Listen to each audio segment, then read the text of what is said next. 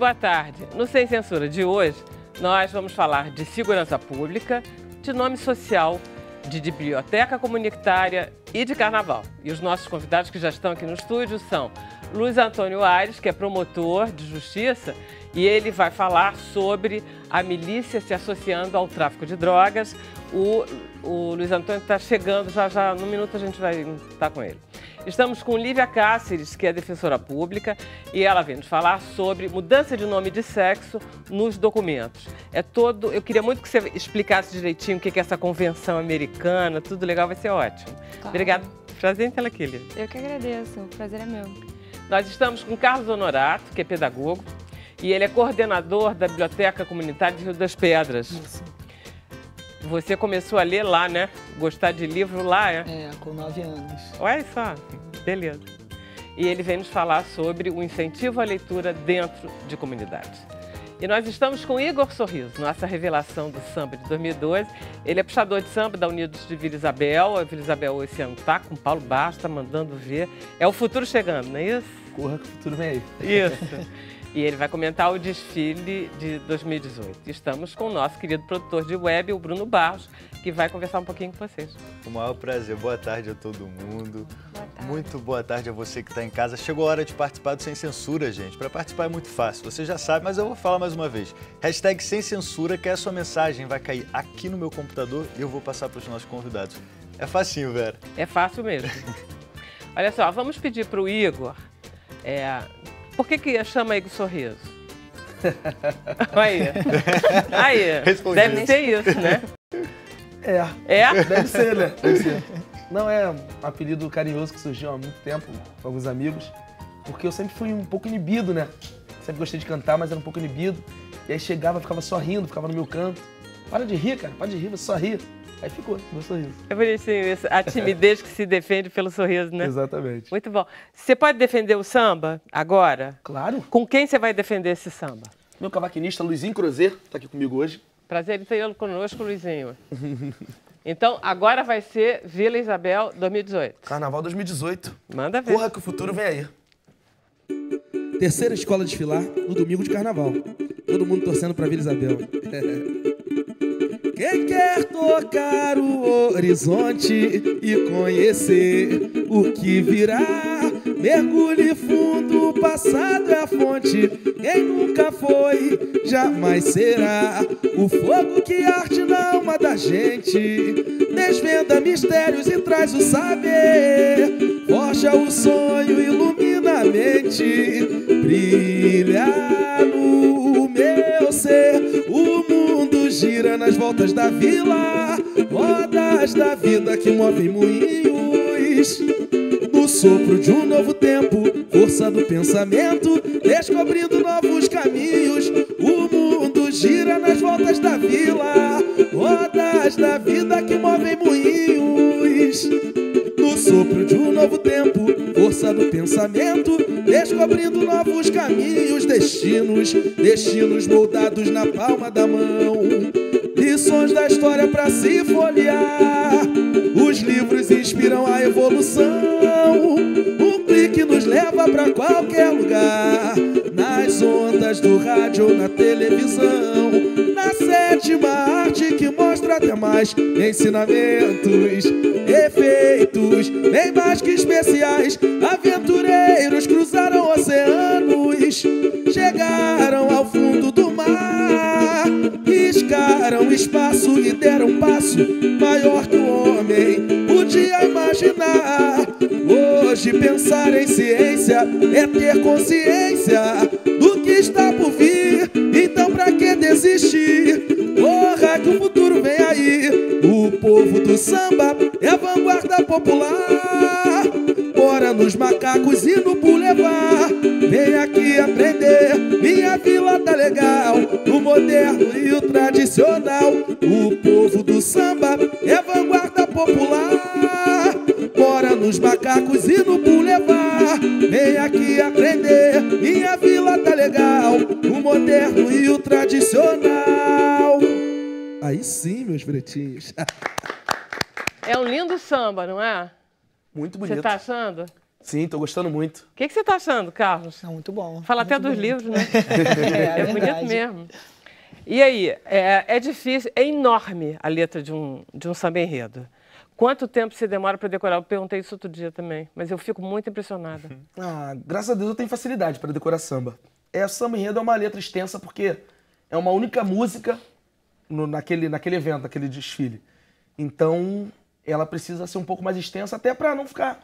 para não se tornar enjoativa. Foi um samba muito curto, desfilando durante mais de 1 hora, fica enjoativo. Então tem que ser um pouquinho mais extensa, ter algumas nuances, alguns caminhos diferentes. E a Vila tem uma característica de ter sempre um samba melodicamente mais elaborado, não tem não? A Vila Isabel tem uma discografia muito bonita, eu costumo dizer. A Vila Isabel, desde a época de Paulo Brazão, Grande Martim da Vila, a Vila Isabel tem grandes compositores, sempre teve. Então a Vila Isabel, a escolha de samba na Vila Isabel é uma escolha muito requintada, porque tem muito samba de qualidade. Exatamente, e a gente sente isso nesse. Há quanto tempo você está na Vila Isabel? Eu vou pro meu 3º carnaval. Cheguei na Vila Isabel pro carnaval 2016 e agora vamos pro 3º carnaval. Você é totalmente Zona Sul, né? Porque é do Horto, ficou São Clemente. Eu não vou te perguntar se você conhece o subúrbio, porque não tem jeito, né? O pessoal do samba tem que conhecer. Mas você é muito Zona Sul. Através do samba a gente acaba conhecendo muitos lugares, né? No Rio de Janeiro, do Brasil, do mundo, na verdade.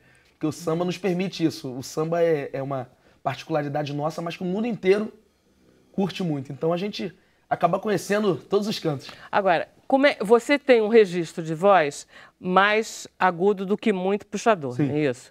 E a gente sabe que o registro agudo, ele puxa mais pela garganta da pessoa. Como é que você se prepara, hein? Apesar de ser jovem, porque você tem isso a seu favor. É verdade. A juventude é um benefício, né? Porque a recuperação é mais rápida, tudo ajuda. Quando eu era mais jovem, era melhor. Hoje em dia já fica... agora que você já tem 30 anos, né? Já está mais assim, cansado. A recuperação era... Pô, coisa boa, que saudade dos 20. E aí a gente se prepara com fonoaudiologia, com aula de canto, com muito descanso, com hidratação, beber água é fundamental. Então é isso, é uma soma de fatores. Alimentação, tem que se alimentar bem, descansar bem. Então é uma soma de fatores que fazem com que o rendimento seja cada vez melhor. E qual é o problema quando você chega lá?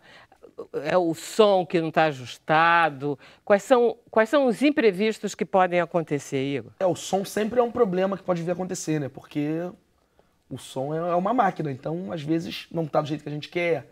É o retorno que é muito importante pra gente que é músico, Luizinho. Vocês ficam todos com ponto, ficam todos com microfone? No desfile, não. Não, no desfile, o cantor principal, acho que são 3 pontos por escola, 2 pontos que eles disponibilizam.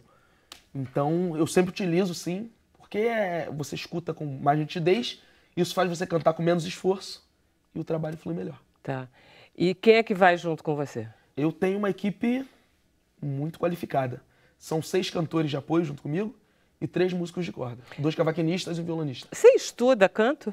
Já estudei, dei uma paradinha, mas pretendo voltar o quanto antes. Tá.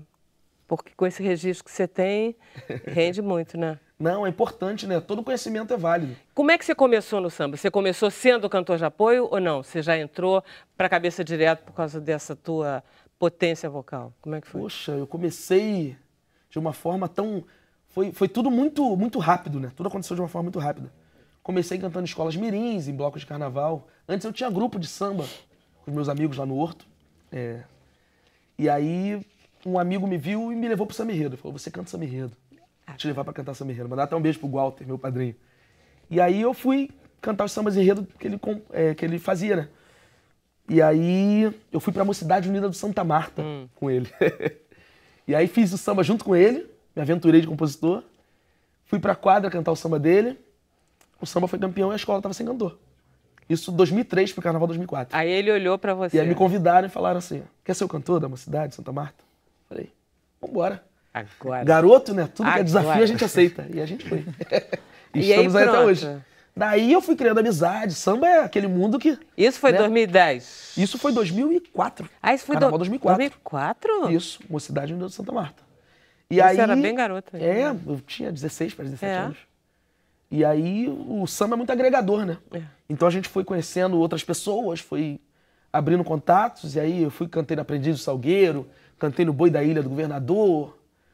E aí, em seguida, eu fui para São Clemente, ser cantor de apoio. Aí você ajudar foi o ser cantor cantor de oficial, em apoio, né? 2006. Foi a primeira vez que você pegou o grupo de acesso. Isso. Aí fiquei em 2006. Em 2010 eu virei o cantor oficial da São Clemente. 2010 foi o meu primeiro carnaval no grupo de acesso, na Sapucaí, como cantor oficial. Uhum. Aquele frio na barriga, aquele gelo, e a gente... É muito diferente, não é não? Ah, é uma sensação... É ao mesmo tempo horrorosa? É maravilhosa, e horrorosa? desesperadora ao mesmo tempo. É desesperadora. E com o passar do tempo a gente vai conseguindo controlar melhor essas emoções, né? Quando toca a sirene, a gente olha pro lado, o pessoal tá ali. Só que a gente, hoje, eu fico muito menos nervoso. Um pouquinho menos, assim. né? Daqui a 30 Bem anos menos você não nervoso. tá com nervoso nenhum? Ah, nenhum, acho impossível. Impossível, né? Impossível. Não tem jeito. Toca aquela sirene, dá vontade de gritar minha mãe. Tipo, Mas vou a gente embora, aí não não tem quero mais mais jeito. não, né? Tipo A assim, gente não tem que quero enfrentar, então a gente vai. Mas E aí você já ganhou até estandarte de ouro como puxador revelação, não foi isso? Sim, em 2011 foi minha estreia no grupo especial. E a gente foi agraciado com alguns prêmios, entre eles o estandarte de ouro. E como quem é que revelação. te chamou para a União da Ilha? Para Vila Isabel? Para Vila Isabel, a diretoria da Vila Isabel se interessou pelo meu trabalho. Paulo Barros? Não, Paulo Barros não tem estava nada a na ver, época. né? Não, é outro departamento. É outro departamento Isso. mesmo, né? A gente até se encontra às vezes. Então, faz o seguinte, conta alguma coisa do Paulo Barros, já que não é no mesmo departamento, a gente quer saber algum segredo. Conta, não tem importância. Ele é perfeccionista. Ele é genial. É um cara diferenciado. Tá tendo uma convivência assim, não muito próximo, porque são departamentos diferentes. Mas o pouco que eu vejo lá no barracão, quando eu vou, o pouco que eu entendo, né? O cara é genial. E as reuniões que a gente teve, assim, para alinhar questões de trabalho, ele é perfeccionista. É aquele cara chato que é o chato do bem, né? Perturba para tudo dar certo. Mas ele é mal-humorado? Não. De boa. Ele tem uma carinha meio tranquila mesmo, né? Ele é bem tranquilo. Ele Mas faz muita musculação, mas aquela coisa de gente que faz muita academia, dá uma pacificada, porque fica exausto. verdade. Aí Liberar fica... o estresse. É, exatamente. Então você está achando que pode ganhar? A Vila vem pra briga pelo título, Vem, né? com certeza. Ele é pé quente. Ano passado ele ganhou pela Portela. Tirou a Portela do... É verdade. Paulo tirou a Portela da fila. E agora vamos trabalhar, né? Ele é pé quente também. A gente tá trabalhando. Bom, enfim, a gente vai tentar votar em você. Então, Passa aquela energia boa. assim, pensar em você com vergonha e rindo. Isso é um bom retrato seu. Vamos então conversar com Carlos Honorato, que tem tudo a ver com um pouco da letra do samba do Igor naquele momento. Qual é o verso mesmo? O livro é iniciador. Destinos moldados na palma da mão, lições da história para se folhear. Os livros inspiram a evolução. É isso aí. Os livros inspiram a evolução, é verdade. Então, existe uma... A partir do momento em que começou a existir Rio das Pedras, quer dizer, que se estabeleceu uma comunidade ali, sempre houve algum projeto social ligado a livro, não é isso? Conta para mim a história um pouco dessa biblioteca comunitária. Então, a gente tem que fazer uma contextualização, né? Na verdade, tudo começa em 96, quando Jacarepaguá sofreu por uma enchente, né? Passou por uma forte chuva. E aí muitas pessoas na área de Jacarepaguá, nas comunidades ali em Jacarepaguá, que são muitas, perderam suas casas.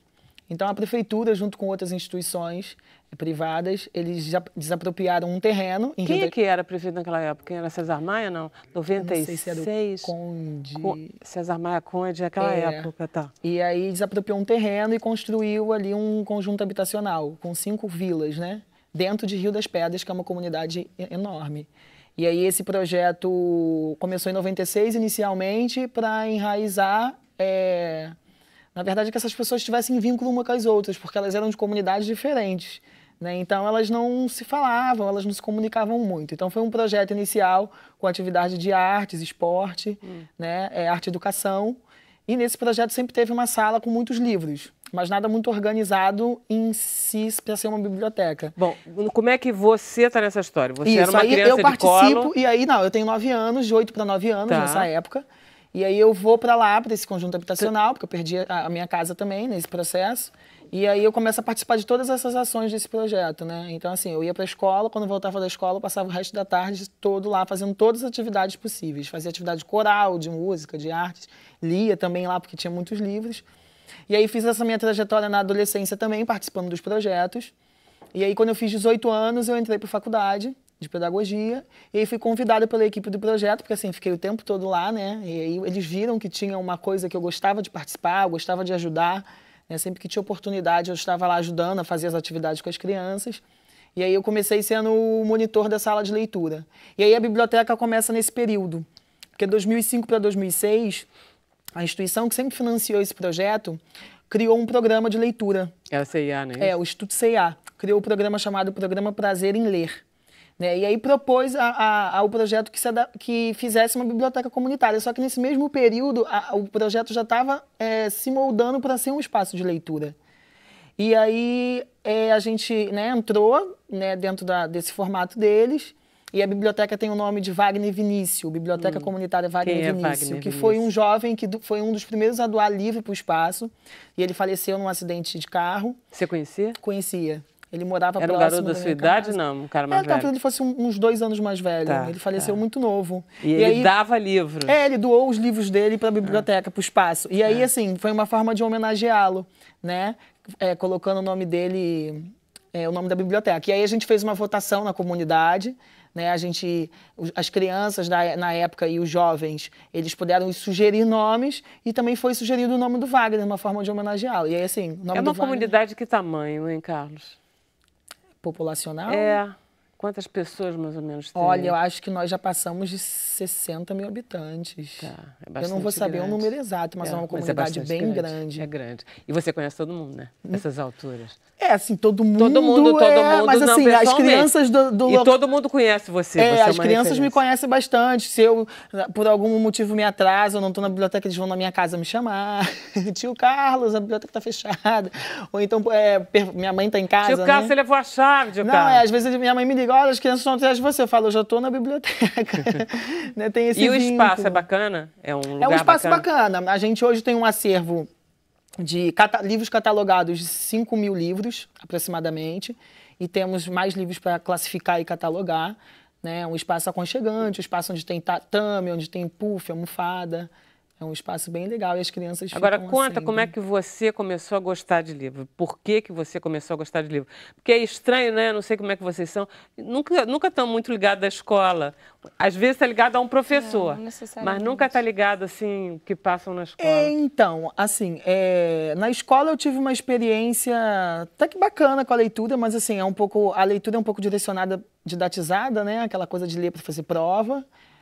Mas eu acho que quando eu me encantei mesmo pela leitura foi quando eu li um livro, O Pequeno Príncipe, que eu acho que é um clássico, né? E assim, foi um momento que um dos primeiros livros que eu me lembro, assim, na fase de criança para adolescência, que eu fiz a leitura desse livro. E assim, foi quando me despertou aquele, assim, o bichinho da leitura, né? Me despertou e assim, desde aí eu sempre fui lendo. Assim, minha mãe sempre me estimulou a estudar, né? Então, assim, acho que uma coisa vai junto à outra, a cultura, você, a além disso, é bom aluno? Sempre foi bom aluno?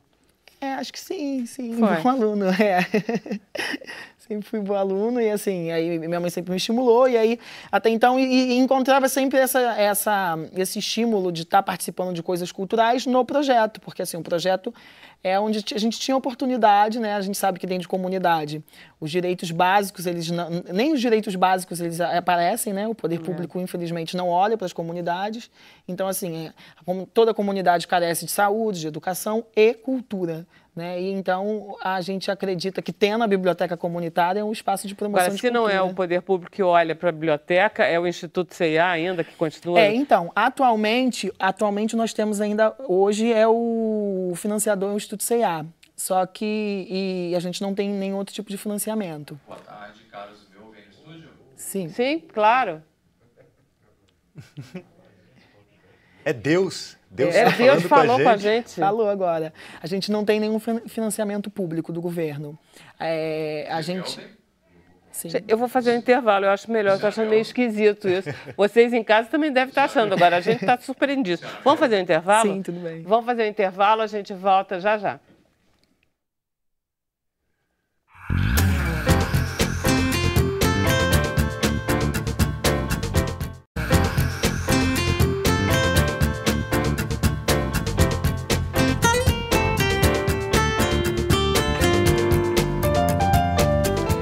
descobrimos o mistério da voz misteriosa que invadiu o nosso estúdio. É do estúdio aqui do lado. Nós somos 3 estúdios aqui na Gomes Freire. E um estúdio do lado estava se comunicando com o estúdio e aí vazou aqui dentro. E a gente ficou impressionadíssimo. O Bruno, muito justificadamente, pensou que fosse Deus, mas não era Deus. Por enquanto, ele ainda não fala com a gente. Ainda não fala português. Assim, pelo menos com áudio, né? Não fala aqui diretamente conosco. Deve falar por linhas tortas de outro jeito, né? Sei lá.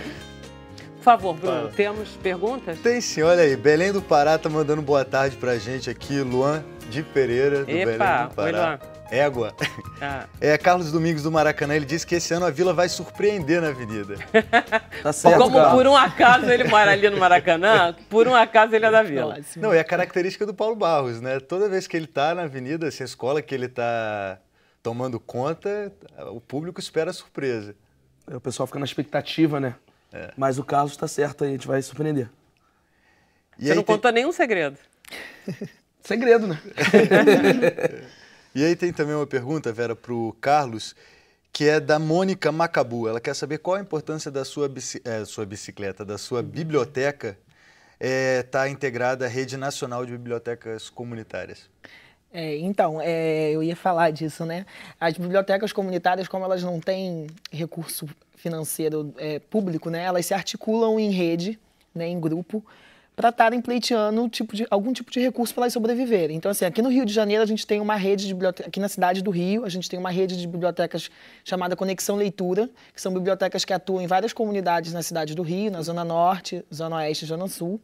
E aí essas bibliotecas se articularam também com outras bibliotecas de outro estado, que tem a Rede Nacional de Bibliotecas Comunitárias, a RNBC, né, que são mais de 115 bibliotecas espalhadas pelo país, né? E aí a importância de estar participando da Rede Nacional de Bibliotecas Comunitárias é o fortalecimento que é uma biblioteca fortalecendo a outra, né? A gente tem essa oportunidade de estar lutando por políticas públicas do livre leitura, né, e bibliotecas juntos, né, a nível nacional. Então, acho que... Se alguém quiser participar, colaborar com a sua biblioteca, o que a pessoa pode fazer? Como é que ela entra em contato com vocês? Então, a gente tem a página da biblioteca, que é a Biblioteca Comunitária Wagner Vinícius. Tem o site da Rede de Bibliotecas do Rio, que é www.conexãoleitura.org.br, e tem também a página da Rede Nacional, que é www.rnbc.org.br. E aí lá você pode entrar em contato, né, para saber mais informações. Vocês têm programas específicos de fomento à leitura das crianças? Tem grupos? Como é que vocês fazem para fomentar todo o planejamento da biblioteca é em cima dos livros literários, né? Então, a gente faz todo um planejamento com os livros para discutir ou trabalhar algum determinado assunto. Exemplo, em novembro, nós trabalhamos sobre a consciência negra.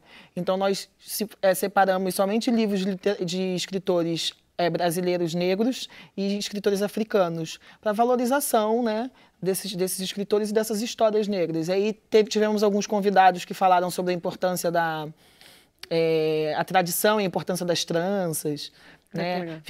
A educadora que trabalha comigo também lá, a Simone, né? Ela fez uma oficina com as bonecas abaomis, né? Contando toda a história. Então a gente fez toda uma história em cima dos livros. A partir da literatura, a gente trabalhou a questão da consciência negra. E vocês fazem isso o ano inteiro? O ano inteiro. Quando a gente não trabalha com algum tema, a gente trabalha com algum tipo de escritor, trabalhando a obra desses escritores, as narrativas, as poesias.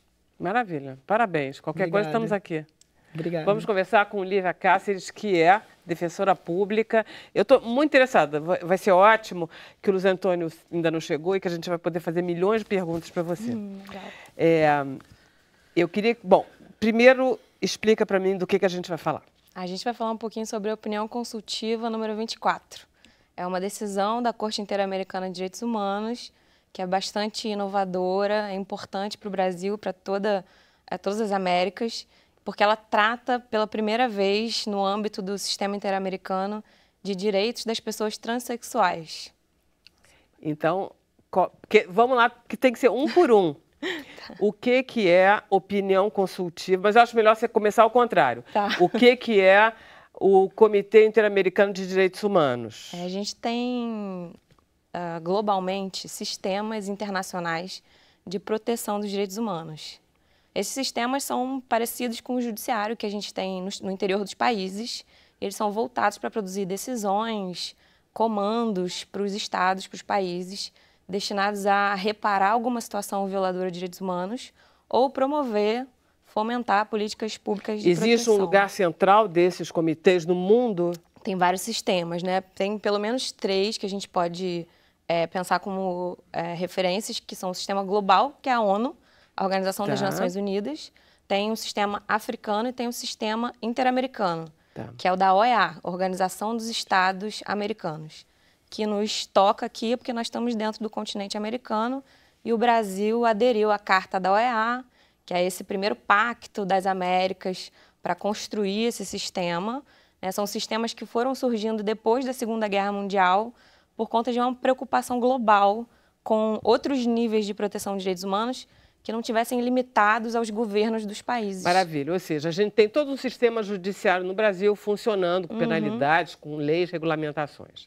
A gente também é signatário de um acordo interamericano, digamos assim, né? São as Américas e tal.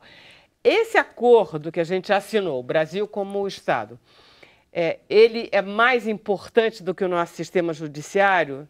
É tão importante quanto. E pode acontecer casos dos sistemas judiciários de estados brigarem com esse acordo? Pode acontecer, né? Tem algumas situações de conflito. De conflito, tem situações em que o país está numa caminhada mais autoritária, então não é interessante para aquele determinado governo observar as recomendações da OEA, então isso gera também sanções internacionais, sanções políticas. A OEA tem esse papel de fazer um certo constrangimento político em relação aos judiciários ou governos que estejam desalinhados com essa proteção de direitos humanos.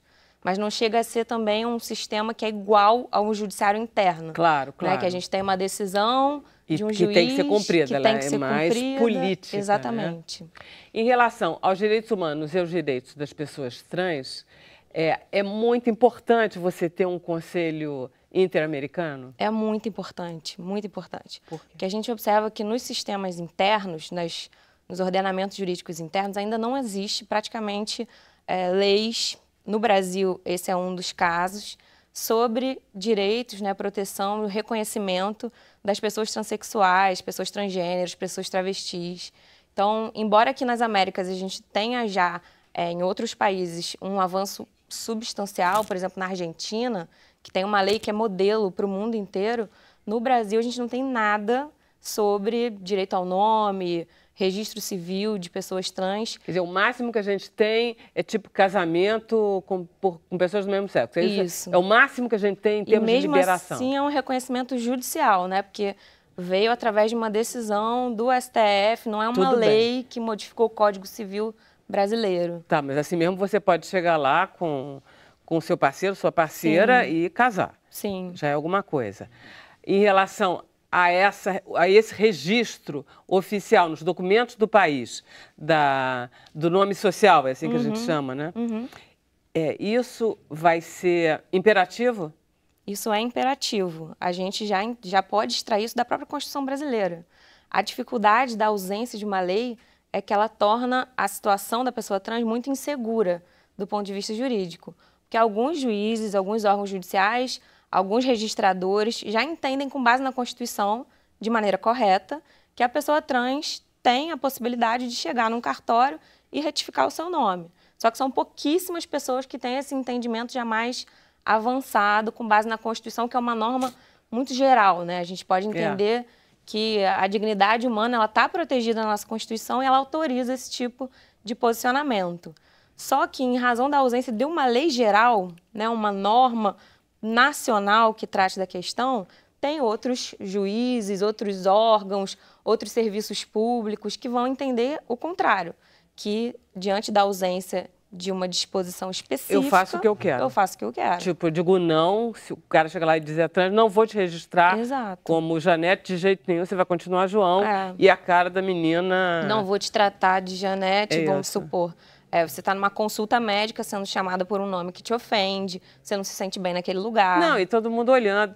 Tem uma situação social muito desagradável nessa história. Exatamente. Já é complicado, né? Se as pessoas têm, por exemplo, um índice de evasão escolar imenso, porque imagina um adolescente naquela fase de descoberta interior, de vergonha, ele passar por um processo de bullying, agressão no meio dos colegas, porque a direção da escola, por exemplo, não reconhece o gênero no qual ele se vê e não reconhece o nome que ele escolheu para adotar, compatível com aquele gênero. Então, existe também muita pessoa transexual em situação de rua, por conta da incompreensão das famílias. Dentro de casa, exatamente. Então, isso gera um nível de violência social enorme, né? Qual é a mudança, então, que a gente tem com essa opinião consultiva número 4, que é de quando? Ela foi emitida agora em janeiro de 2018. Ótimo. Então, qual é o peso que ela tem? O que a gente pode esperar?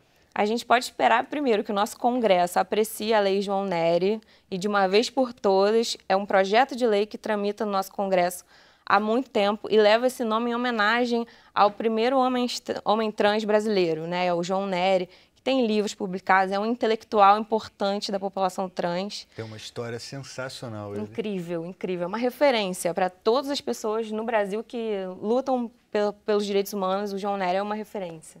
Maravilha. Deixa eu fazer um intervalo rapidinho, porque o nosso promotor Luiz Antônio Aires chegou e a gente vai voltar com ele depois do intervalo. Um minuto só.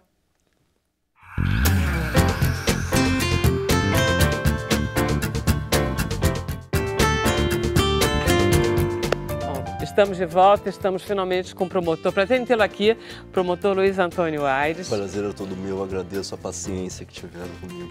Não, nós estamos muito contentes com o senhor ter chegado. A gente estava acabando de conversar com a Lívia Cáceres, que é nossa defensora pública, que estava falando sobre o nome social. Então, quer dizer que temos, a partir de agora, defensora, uma situação de fato ou ainda não?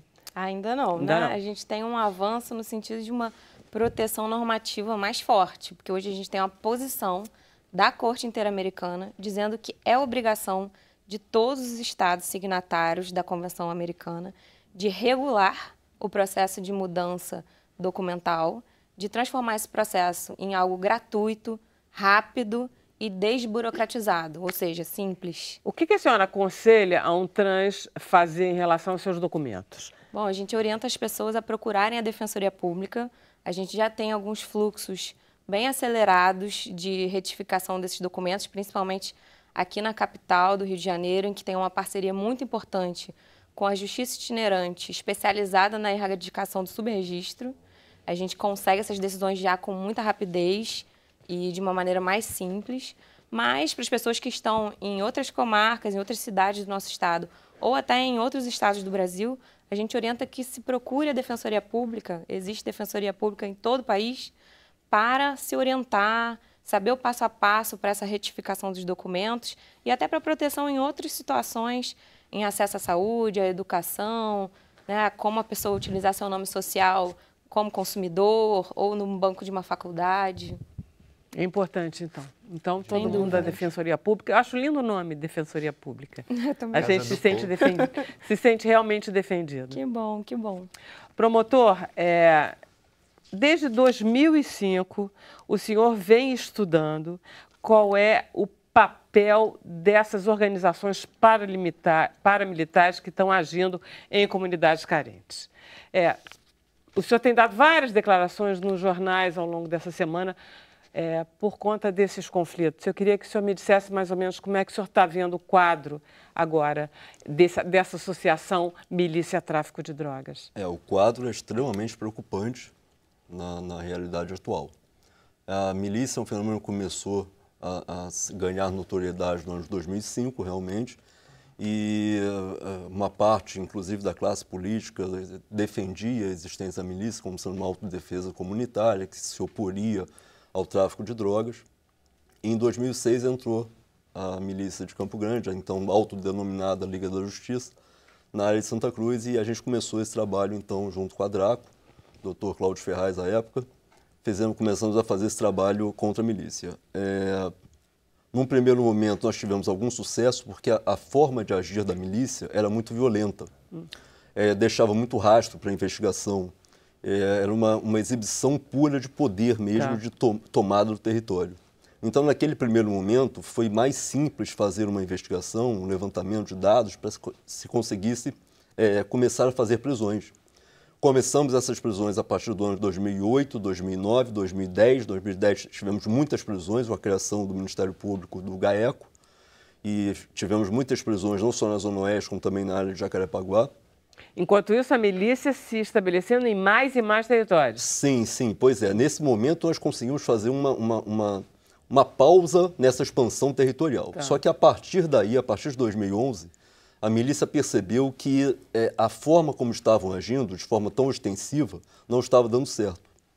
Então, a milícia passou a assumir um caráter quase que viral, uma capacidade de adequação ao ambiente, a modificação do ambiente, a capacidade de se adequar à nova realidade e agir de forma que proteja seus próprios interesses. Porque a milícia tem, ao contrário do tráfico de drogas, ela tem um plano, são dois planos muito claros. Um plano de econômico, poder financeiro, e um plano de poder político. Então, a partir daí, quando perceberam que a forma de agir estava atrapalhando esse poder político, esse projeto de poder político, começaram a agir de uma forma mais discreta. Quer dizer, ao contrário do tráfico de drogas, você está interessado em se estabelecer territorialmente e lucrar com uma atividade como o tráfico de drogas, a milícia ela se estabelece territorialmente também, Sim. agindo, cobrando por serviços e por segurança, só que com ambições políticas, ou seja, ela percebe que você entrar no legislativo de cada lugar é um ótimo negócio. Sim, no legislativo, no executivo. E existe esse projeto de poder político. A milícia hoje atua de uma forma extremamente discreta, silenciosa, o que dificulta a investigação em relação àqueles que são envolvidos nesses grupos. Se protegem muito. Normalmente são os chefes dos grupos milicianos são pessoas ligadas à área de segurança pública do Estado. E eles se protegem e estão colocando traficantes na linha de frente para... Pois é, antes da gente chegar nessa associação, a milícia se caracterizava como organizações paramilitares, ou ex-policiais, ou policiais. Exato. Que faziam essa milícia. Essa característica continua. Continua. Quer dizer, ou seja, há uma renovação de quadros, né, promotor? Sim. Porque de 2006 para 2018 Sim. são 12 anos, Sim. não são os mesmos. Não são os mesmos. Tem uma força policial paralela se renovando. Existe. Tá. A milícia, ela se autoalimenta. É justamente uma diferença também em relação ao tráfico. Quer dizer, o tráfico, muitas vezes, quando um comando era abatido dentro de uma comunidade, abatido que eu falo no sentido de ser preso mesmo, ser retirado de circulação, quando era abatido dentro de uma determinada comunidade, muitas vezes aquela estrutura se desorganizava. Hoje não, a milícia, não importa quem esteja à frente, não importa o passar do tempo, ela consegue o tempo todo se reorganizar, não importa o que seja feito em relação à investigação, à punição, consegue se renovar. E esse projeto de poder político está cada vez mais forte, na medida que aumenta a quantidade de dinheiro disponível para eles, pela exploração de diversas atividades, sejam legais ou ilegais, esse projeto de poder político se torna ainda mais evidente. Bom, o que está acontecendo de novo em relação... Porque eram dois grupos rivais. Sim. Ou seja, a milícia, em princípio, que está ali para segurar uma certa repressão ao tráfico, de repente, ela descobre que ela tem dois inimigos. Ela não tem, o tráfico de drogas é um inimigo, mas o Estado também, porque ninguém tem Estado. O que aconteceu aí e de quando que foi essa mudança? Essa mudança, a gente começou a perceber isso a partir de 2014, aproximadamente. 2013, 2014, nós começamos a perceber isso. Se nós levarmos em consideração que o tráfico internacional de drogas produz um PIB estimado de 300 bilhões de dólares ao ano, nenhuma organização criminosa que objetive dinheiro e poder vai abrir mão disso. Então, a partir do momento que há pessoas ligadas à estrutura de segurança do Estado, que conhecem as falhas de investigação, as falhas legais, as dificuldades estruturais que nós temos para fazer investigações, essas pessoas se aproveitam disso, vão tomando território e vão angariando as pessoas que eram ligadas ao tráfico para atuar ao lado da milícia. É mais seguro para aquela pessoa que numa determinada comunidade atuava pelo tráfico de drogas passar para a milícia. Ou seja, a milícia está tomando o tráfico. Está tomando o tráfico, está tomando os territórios do tráfico. Porque justamente ela tem informações seguras da parte de cá. Sim. Exatamente. Está regimentando pessoas do tráfico em determinadas localidades. Dá o exemplo de Santa Cruz. Em Santa Cruz, praticamente todas as comunidades, até há 15 anos atrás, eram comandadas pelo Comando Vermelho, dominadas pelo Comando Vermelho. Algumas poucas pelo Terceiro Comando Puro. Hoje em dia, nós temos uma única comunidade, comunidade Antares, que é efetivamente dominada pelo Comando Vermelho. Toda a outra, o resto da área territorial de Santa Cruz, hoje está sob o poder da milícia. E as pequenas, e as organizações de tráfico de drogas que não são o Comando Vermelho? PCC, tudo isso, está tudo dividido? Ainda conseguem dividir? Não, a milícia já pegou? Não, hoje o PCC ele é um fenômeno mais fora do Rio de Janeiro. Ele começou em São Paulo e tem ramificações no Brasil e tinha sempre um sistema de acordo e participação com o Comando Vermelho aqui no Rio de Janeiro.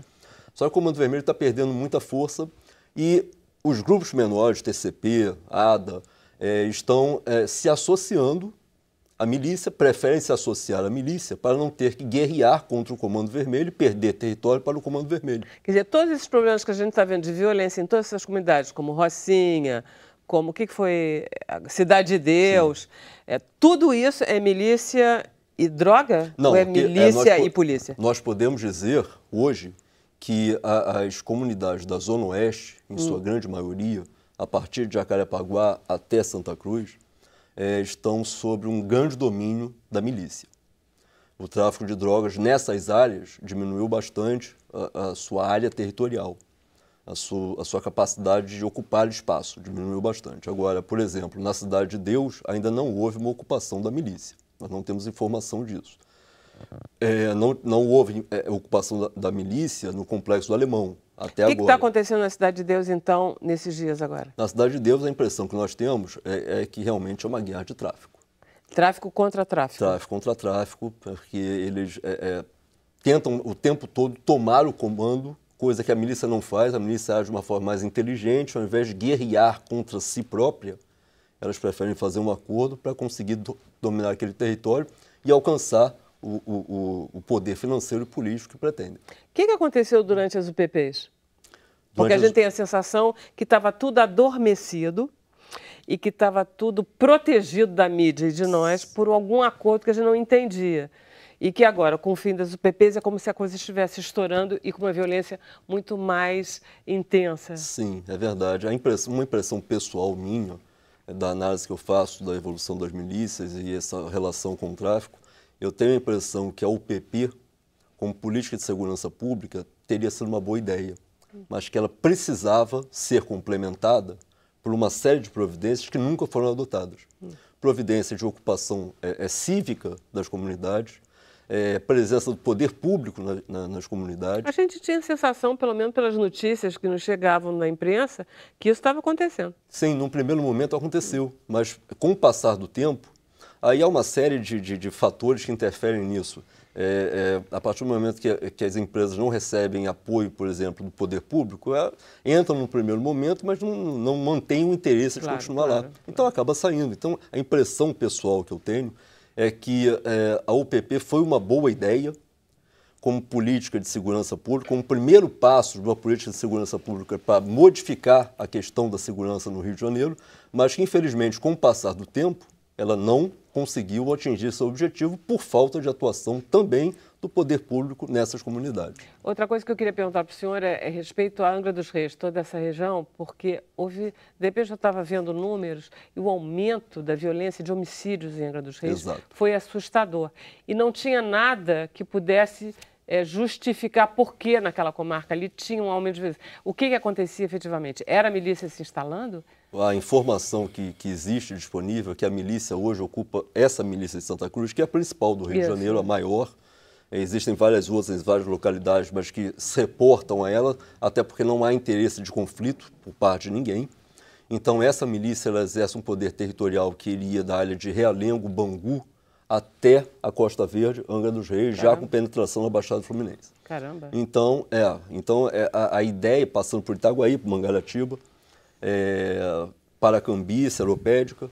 Então, a ideia é que a visão que nós temos desse número excessivo de homicídios, se não me engano, foram 84, 87, 84, alguma coisa assim, no ano passado, é que realmente esses grupos estão agindo de uma forma mais efetiva naquela área. Com silêncio? Sim, com silêncio, porque antigamente eles faziam execuções de pessoas às 11 horas da manhã em frente a um shopping em Santa Cruz, com 47 tiros. Não fazem mais isso hoje. Mas essas mortes, em princípio inexplicáveis, quando nós entendemos que é um núcleo miliciano atuando naquela localidade, nós podemos fazer essa vinculação, sim, sem dúvida. O senhor já quantificou a milícia? Quantas pessoas estão envolvidas com a milícia? Olha, dá para a gente ter uma ideia? Havia uma ideia, isso no ano de 2010, 2011, que muito possivelmente algo em torno de 2 a 3 mil pessoas estariam ligadas à milícia. Pessoas oriundas das forças de segurança. Primeiro, eu quero só deixar claro que eu sou um fervoroso defensor da polícia como instituição. Eu acho que o Vaticano tem polícia é porque não existe nada melhor que se possa colocar no lugar. Mas a corrupção policial existe e precisa ser combatida. Então, a impressão que se dá é justamente essa. Eles estão ocupando esse território cada vez mais, tomando o poder que era do tráfico de drogas, e esse projeto de poder político está a pleno vapor. É assustador. E isso quer dizer que a gente vai ter saudade dos traficantes? Eu não digo que teremos saudade dos traficantes, porque o problema do tráfico, ele é um problema que gera uma insegurança pública muito grande, porque tem uma face violenta que nós vemos. A milícia não. A milícia não tem essa face violenta que nós todos vemos por parte do tráfico. A milícia não interessa fazer isso. A milícia adota duas perspectivas, duas ideias de atuação. Uma é importada do terrorismo internacional, que é uma milícia, um organismo sem rosto.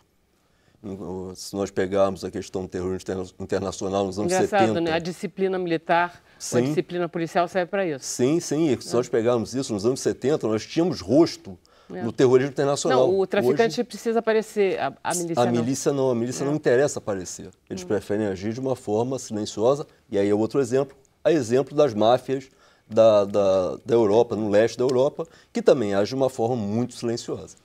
E outra coisa é esse poder político que faz com que ela se torne um pouco mais poderosa, porque ela pode agir legalmente. Sim, essa é uma grande diferença. Tem um braço legal, né? Essa é uma grande diferença. O tráfico de drogas, ele se encerra em si próprio. É um projeto de ganhar dinheiro por uma série de fatores que estão ligados a isso, mas se encerra em si próprio. A milícia não. A milícia, ela com o crescimento que ela está tendo, exponencial que ela está tendo nos últimos 10 anos, a ideia é que isso aconteça, que nós possamos colocar em risco a própria democracia como nós a conhecemos. A milícia é uma característica carioca ou ela já está em outros estados? Infelizmente o Rio de Janeiro é meio vanguardista no crime organizado desde os anos 70, o fortalecimento do jogo do bicho. Nós somos um porto de excelência. Exatamente, o jogo do bicho, foi a Polícia Mineira da Baixada Fluminense, as organizações criminosas do tráfico de drogas, a parte da Falange Vermelha, e agora a milícia, que foi mais uma invenção do Rio de Janeiro. Está sendo exportado. Cada estado, nós tivemos notícias da presença de grupos milicianos no Ceará, em Mato Grosso, em Brasília, no Pará, mas é preciso entender que a milícia ela se adapta, inclusive, ao local onde ela está. Então, não quer dizer que um grupo miliciano que haja em outro estado vai agir exatamente como age no Rio de Janeiro. Claro que não. Ele quase que nasce como dentro do espírito do seu próprio estado. Exatamente. Né? Então, ele vai levar em consideração as peculiaridades do seu estado para implantar aquela ideia original e adaptá-la de forma que possa ganhar dinheiro. Gente, como é que era o nome daquele monstro que tem naquele filme americano que sai de dentro da barriga do cara? Alien. É o Alien. O Alien. É um pouco isso, né? Pois num primeiro momento foi visto como até uma estrutura cancerosa, a milícia, em que o próprio organismo atacava, as próprias células atacavam o organismo social. Então, células cancerosas, que eram como se fazia a analogia, que participavam da estrutura do Estado, forças policiais, algumas dessas células se organizavam contra o próprio Estado.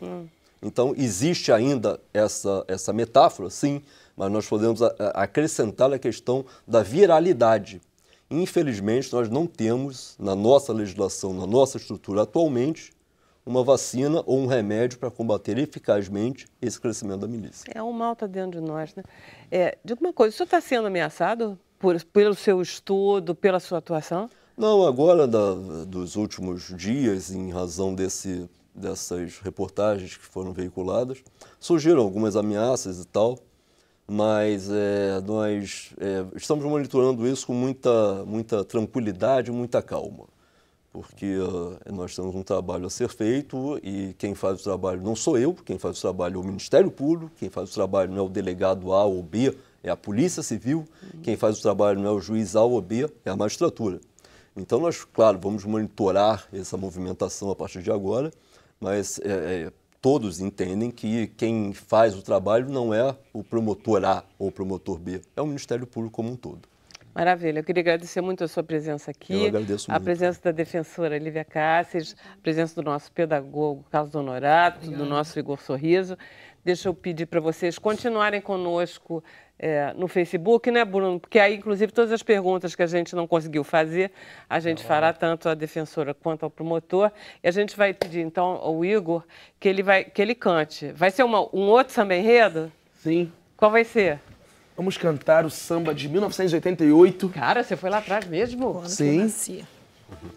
Vila Isabel, campeã do Carnaval, 1988. Deve ser por isso. Passa boas energias pro Carnaval 2018. 30 Maravilha. anos de Kizomba. Obrigada, um dos maiores então. sambas, um dos maiores enredos da história do Carnaval. Obrigada. Até segunda, então. Obrigado, Vera. Obrigado, sem censura. Valeu, Zumbi, um grito forte dos palmares, que correu terras, céus e mares, influenciando a abolição. Zumbi valeu. Hoje a vila é Kizomba, é batuque, canto e dança, jongo e maracatu. Vem menininha pra dançar o cachambu, vem menininha pra dançar o cachambu. Oh, negra mina, Anastácia não se deixou escravizar. Oh, Clementina, o pagode é o Partido Popular. Sacerdote, ergue a taça, convocando toda a massa, nesse evento que com graça, gente de todas as raças, numa mesma emoção. Essa Kizomba é nossa Constituição, essa Kizomba é nossa Constituição. Que magia, que magia. Reza G1 e orixás, tem a força da cultura, tem a arte e a bravura, e um bom jogo de cintura faz valer seus ideais, e a beleza pura dos seus rituais. Vem a lua de Luanda para iluminar a rua, nossa sede é nossa sede, e que o apartheid se destrua. Vem a lua de Luanda para iluminar a rua, nossa sede é nossa sede, e que o apartheid se destrua. Valeu, valeu, Zumbi, Zumbi valeu, valeu, Zumbi, Vila Isabel, Zumbi valeu. Sem censura, TV Brasil. De televisão, só com o pessoal do samba, para dizer assim, essa frasezinha, que samba que é? Boa. Essa é Vila Isabel, 1988. Ficava já barato isso. Já tiveram uns quiz desse em rádio, na Rádio Tupi a gente fez um desse.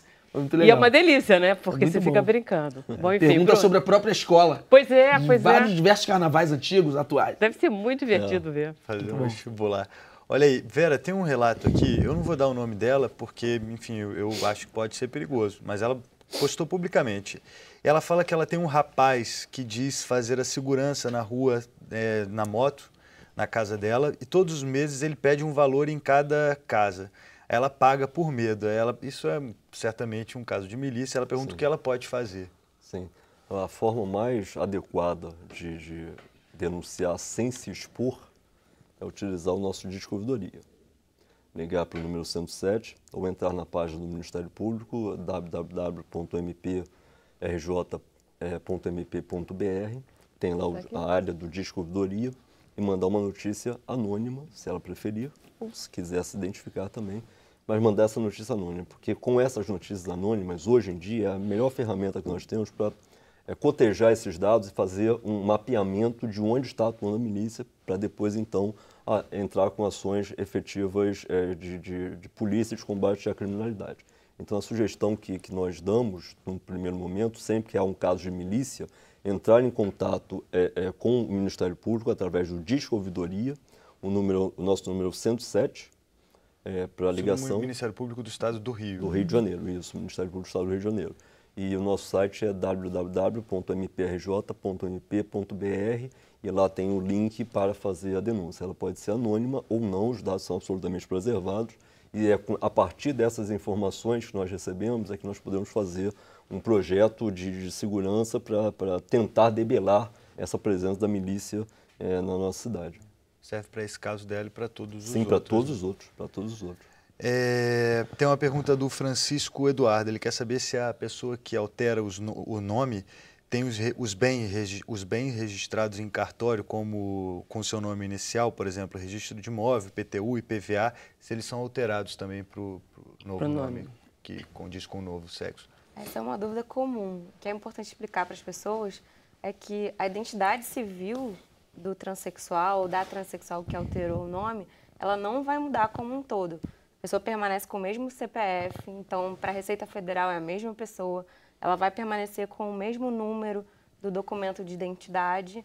E assim como uma pessoa que se casa, aquela mera alteração do sobrenome, quando a gente adota o nome do cônjuge, seja o marido ou a mulher, é possível ser levada ao registro de imóveis, ao IPTU, posteriormente.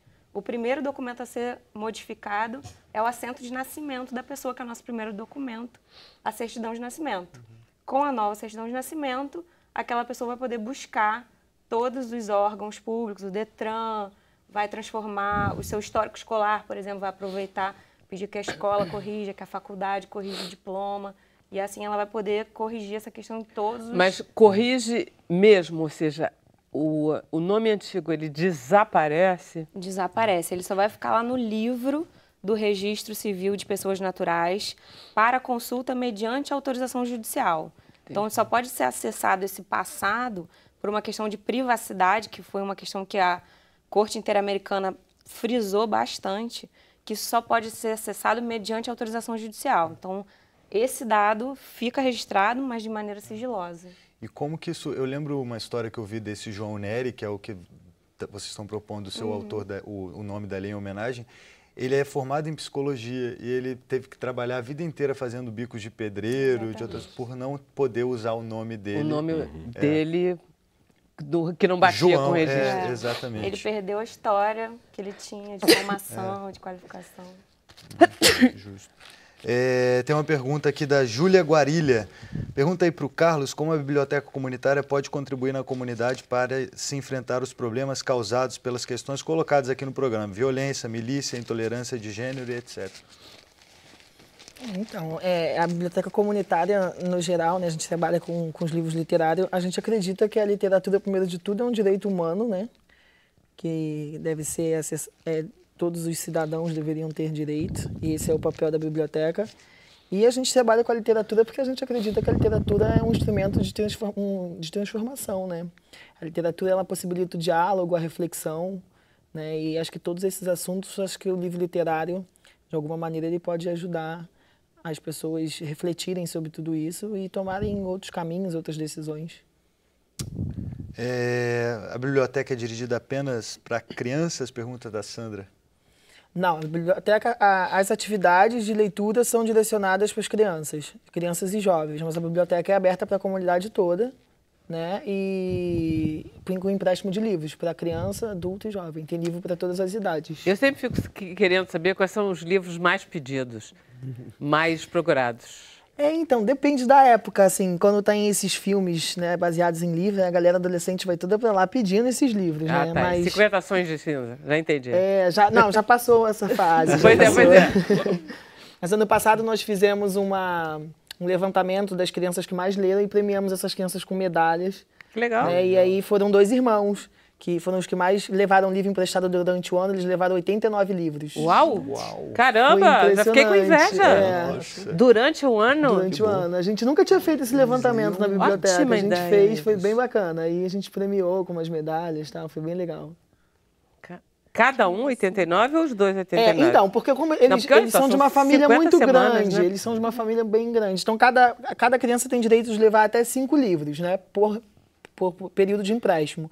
Então, toda vez que um levava, o outro também levava. Então, se um levava 4, o outro levava 4. Se um levava 3, o outro levava 3. Levava a mesma quantidade. Acabou que ficou um número igual. Caramba. Que legal. Olha aí, Vera, tem gente querendo fazer spoiler aqui da Vila Isabel. Eles não vão, mas eu vou fazer a pergunta. Faz, eu fico louca pra saber. O Rafael Gaia quer saber se a Vila Isabel virá futurista. Então, como diz o nosso samba, é o moderno e o tradicional. Então, a Vila Isabel vai ter muita parte futurista no enredo, sim, mas vai ter uma parte bem tradicional também. Eu fico muito impressionada. Eu detesto conversar com carnavalistas, pessoal ligado à escola de samba, e a única hora que a gente tem para conversar com eles é antes do carnaval. Eles não dizem nada. Olha só a frase dele. Vai ser futurista, mas tradicional. Vai ter todo um lado futurista, mas vai ter todo um lado tradicional. Ou seja, ele disse nada. Ele não disse uma só palavra. A gente não consegue ver nada. Se eu disser muito, vocês vão assistir o desfile, entendeu? Vocês não vão se surpreender, não vão se sentir impactados. Você acha possível? Sem segredinho, né? Não, você acha possível Paulo Barros não nos surpreender? Não tem possibilidade. Olha aí, e tem um relato aqui da Ângela Zeca, ela disse que houve muitos tiros desde as 13 horas hoje na Praça Seca, aqui no Rio. Vai. Luiz Antônio Padovani diz que a intolerância é inadmissível por conta dos transexuais. Amélia Araújo, por que chegamos a esse caos? Muita corrupção e muito descaso com as políticas públicas. Não há paz com imensas desigualdades sociais. Quer comentar? Não, eu concordo integralmente e acrescentaria um dado a essa mistura aí tão negativa, que é a impunidade. Nós hoje vivemos num país em que a corrupção está imperando, infelizmente em altas esferas de poder. Isso corrói o poder de investimento do Estado em projetos de igualdade social, de acesso à educação de qualidade desde a sua base. E, por outro lado, essa corrupção ela acaba sendo alimentada pela impunidade. A partir do momento que nós temos leis mais brandas em relação, mais tolerantes em relação a determinados crimes, inclusive crimes de corrupção, a impunidade acaba gerando mais corrupção, que acaba gerando mais incapacidade do Estado de fazer os investimentos que a população espera. O senhor está preocupado, promotor, porque eu fiquei muito preocupada lendo esse braço politizado, né, da milícia, com as eleições agora. Nós vamos ter eleições para deputado, quer dizer, todos os estados vão ter isso. Sem dúvida. Não são, graças a Deus, não é município e prefeitura. O senhor acha que essa eleição, ela pode ser realmente... Porque parece que a milícia obriga o eleitor a fotografar o voto, ou seja, tem um cerceamento do eleitor mesmo. Exatamente. E foram adotadas medidas pelo TRE e pelo Ministério Público Eleitoral para impedir que pessoas pudessem entrar na cabine acompanhadas de crianças, acompanhadas de levando uma máquina fotográfica, levando um celular. As pessoas reclamaram, não entenderam muito bem.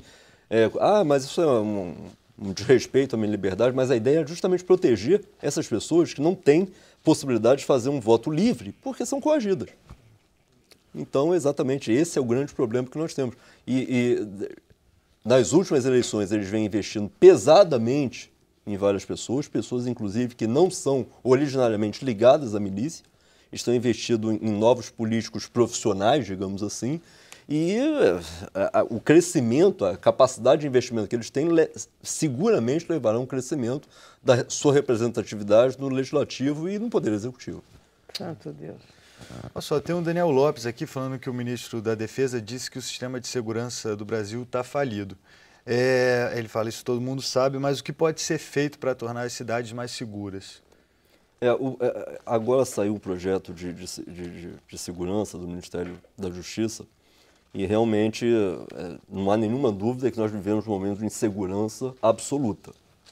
Todo o país está passando por isso, em maior ou menor escala, mas todo o país está passando por isso. E é importante que o Poder Executivo Federal, através do Ministério da Justiça, e que os poderes executivos estaduais, através dos secretários de segurança, tomem providências coletivas para impedir que esse Estado, essa situação, continue. É preciso dar um freio nisso, sem dúvida nenhuma. Agora, até que ponto isso será capaz de resolver problemas pontuais de determinados estados, peculiaridades de violência de determinados estados, eu acho que isso não será capaz de levar à solução. Ajudará muito se der certo esse programa, torçamos para que dê. Se der certo esse programa, ajudará muito porque, na medida em que alguns índices de criminalidade consigam ser baixados, nós poderemos focar em questões que são também angustiantes para a população, no que diz respeito à segurança, dentro do próprio Estado, levando em consideração a peculiaridade de cada Estado. Ok. Ótimo. Obrigado, seus esclarecimentos foram muito importantes. Eu que agradeço, muito obrigado mesmo. Obrigada, então, Igor, Carlos e Lívia. Obrigada a vocês e até segunda-feira, 5 horas. Sextou.